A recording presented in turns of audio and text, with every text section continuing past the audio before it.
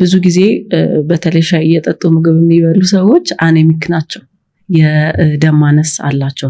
በአይረን እጥረት ምክንያት የሚመጣ ደም ማነስ አላቸው ነው ወይስ ይኖራቸዋል?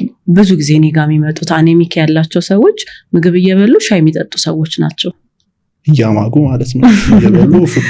አዎ እሱም የሚሆንበት ዋናው ምክንያት ሰውነታችን መውሰድ የነበረበትን አይረን ቡና ውስጥ ያለው ካፊን ባይንድ ያደርገዋል፣ ያጣብቀዋል።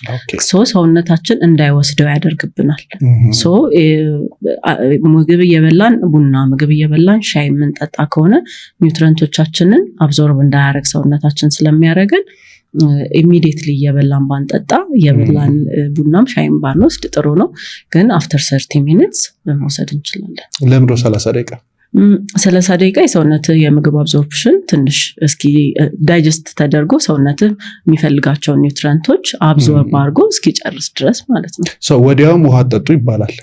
ወዲያው ኦፍ ኮርስ አንደኛ ሄቪነሱን ይጨምርብሃል።